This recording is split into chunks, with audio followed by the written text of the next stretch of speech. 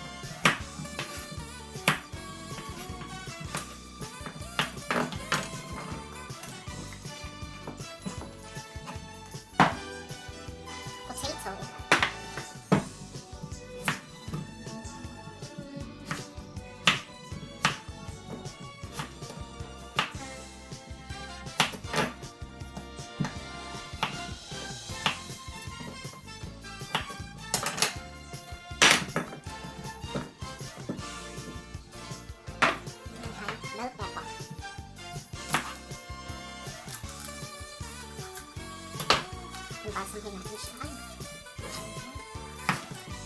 Like that.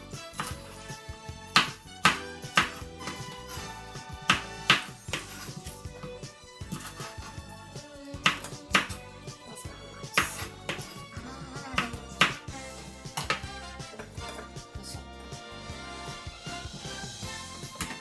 And then, kailangan din natin ng mushroom.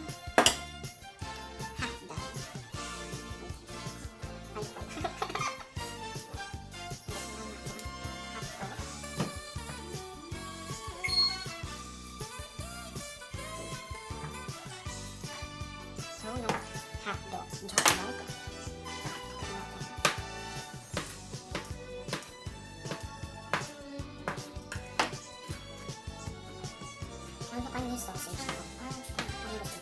Pero I want hot dog. Ayan. And then of course, kailangan natin ng wangba. And of course, chicken na nababad ko na sa soy sauce and calamansi with pepper. Of course, nesel ko yun. So ngayon naman mga boss, ituturo ko naman yung paggawa ng crust sa ating pastel. Pwede nyo lang, huwag nyo lang lagyan ng crust pero bahala kayo. So gagamit tayo ng all-purpose flour and butter. Diba? Ayan na. Chilled lang siya, hindi siya matigas. Hindi din siya melt. Okay? So first is i-sift natin ang ating flour into our bowl. Lahat na.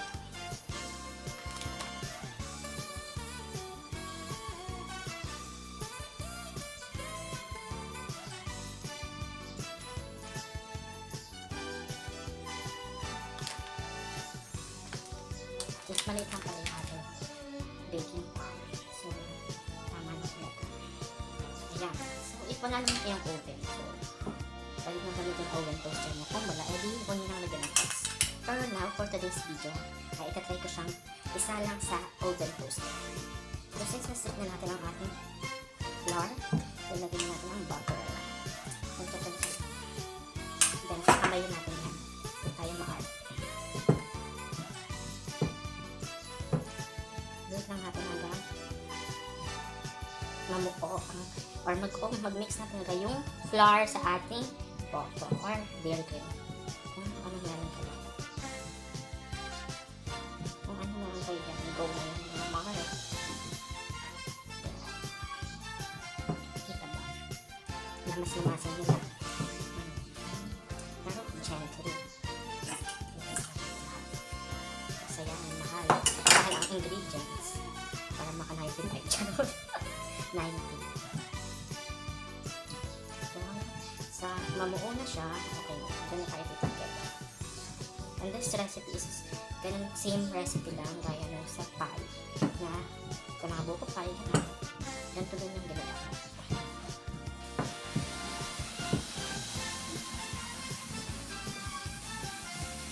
Mamuo na siya. Matagal lang siya mga Mars. Gumamit na kaya ako ng mixer dito. Ayan, mixer pala ako. Pero, for today's video, kamay na natin. So mga Mars, ready na tayo magluto ng ating chicken pastel. Habang inaantay natin yung ating, or rest muna natin yung ating dough para sa ating crust. So, ayun na lahat ng ating ingredients, diba? Napakasimple lang dahil that is my simple version. Hindi ko nilahat yung ingredients do. Tipid-tipid din pag may time. So, mainit ang ating oil. So, we will saute first our onion.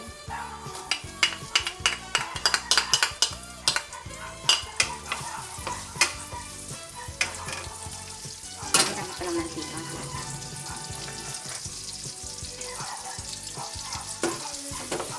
Hanggang lumabas na yung kaluluwa na, or mamuti na siya. Lumabas yung kaluluwa ng ating onions. Then, garlic. Okay, pag ginigisa agad yung potato and carrots with me, this is my recipe. So, una kong igigisa is yung chicken. Iba-brown muna natin siya or para ipa-pan fry para magkaroon ng Maillard reaction sa ating meat and add flavor na rin yun. Ay, namatay yung fire. Magaling. Kamayin na natin.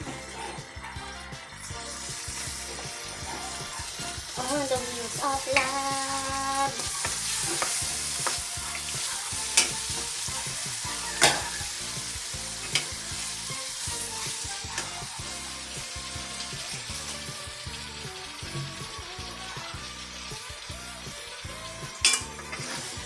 Laksan na natin ang hotdog.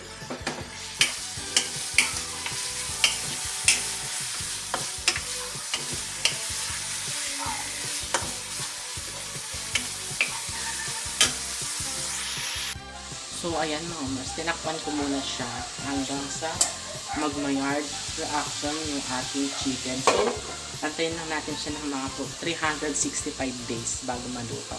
Charot. Bago natin ilagay yung potato and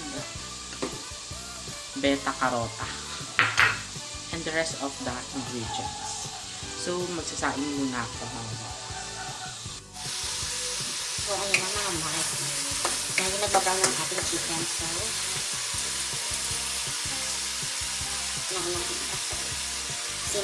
simmer. Then, naman tayo na chalk na. Chalk na. Napaad ng lasa.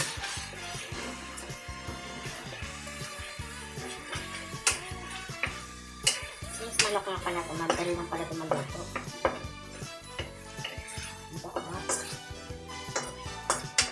Ilagay na natin yung carrots.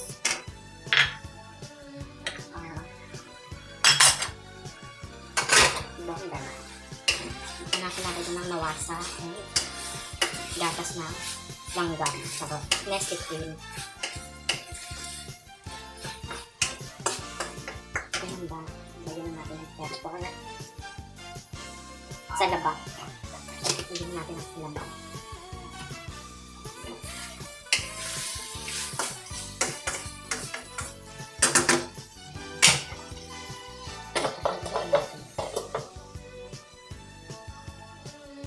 And let it simmer for around 100 years. Ayan, kumikibot-kibot na ang ating nilagay na patatas at chicken at carrots. So, lalagyan na natin siya ng nawasa. Okay lang. Yan, okay na yan.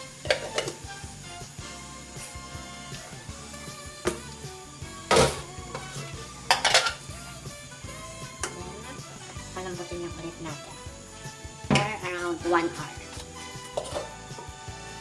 Buksan na natin yung apple. So, sinain ko na ako doon na din. Ito mo makita.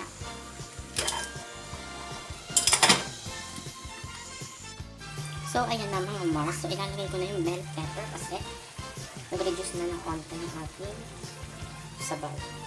Yung kanyang sauce. So, lagyan na natin yung bell pepper. And yung hot dog or sausage.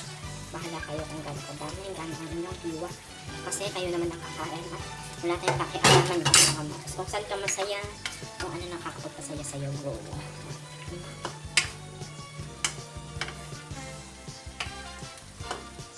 Ito yung nakakalo ko. Wooden spoon na ito, nakakaloka. And then we will use a Nestle cream or any brand. Kung anong pamagat ng Nestle cream or all-purpose cream na gusto nyo, edi go. Kung anong pamagat.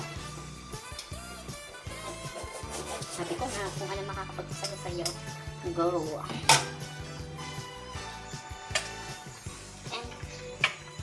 And nilagyan ko naman na siya ng chocolate vanilla. So, okay na yung lasa ng nilagay. So, nilagyan na natin yung mushroom pala. And meron siyang konting sabaw. Mushroom yung water niya. So, nakakapagpasarap yun dyan. Malinis yung kamay ko. Don't judge me.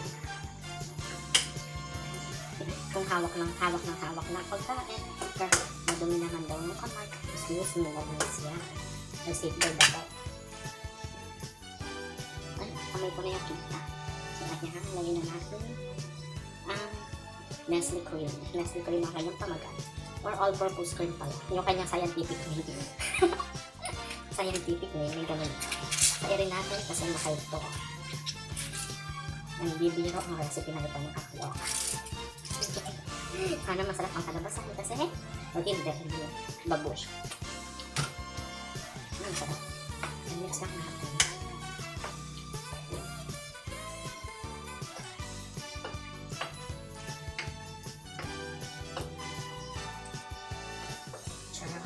Diba masabaw siya? Laksan. Then, i-reduce lang natin siya. Hindi na natin yan tatakpan so that ma-reduce or mag-evaporate yung kanyang sauce. Diba? So, maglalapot siya. Yun lang. Atayin lang natin siya ng around 465,000 million years. So, yun. Excited na ba kayo? Ako excited na. Naman na siya. So, pagkatapos niyan, pag naluto, papalamigin natin, then ilalagay natin sa pan, then yung crust na ginawa natin kanina, then ilalagay natin siya sa oven. Pero wala pala kaming oven, so oven toaster, kung saan siya masaya, go. Inaano din pala natin ating fire para hindi masunog. So mga Mars, so mga ka-cooking, so luto na ang ating chicken pastel.